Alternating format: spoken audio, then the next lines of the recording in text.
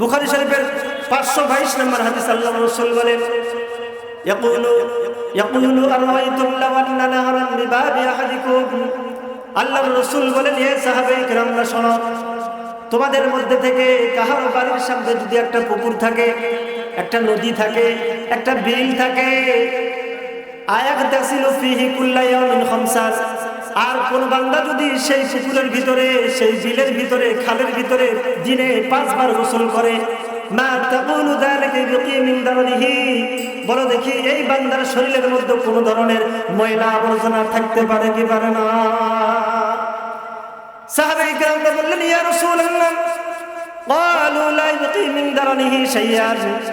আল্লাহর রাসূল ডাক দিয়ে বলেন সাহাবায়ে কেরামরা ডাক দিয়ে বলেন ইয়া রাসূলুল্লাহ যদি কাহারো বাড়ির সামনে যদি একটা পুকুর থাকে আর যদি 5 বার দৈনিক 5 বার যদি সেই পুকুরের ভিতরে গোসল করে এই গোসল করার কারণে তার শরীরের মধ্যে কোনো ধরনের ময়লা আবর্জনা থাকতে পারে না আল্লাহর রাসূল বলেন قال فذلك مثل الصلوات الخمس يمحو الله بها الخطايا আল্লাহর রাসূল বলেন সাহাবায়ে কেরামরা শোনো এ সাহাবায়ে কেরামরা শোনো যেভাবে 5 বার গোসল করবে যেমন শরীরের ভিতরে কোনো ময়লা আবর্জনা থাকতে পারে না ঠিক তেমনি ভাবে কোনো বান্দা অথবা বান্দি যদি 5 ওয়াক্ত নামাজ পড়ে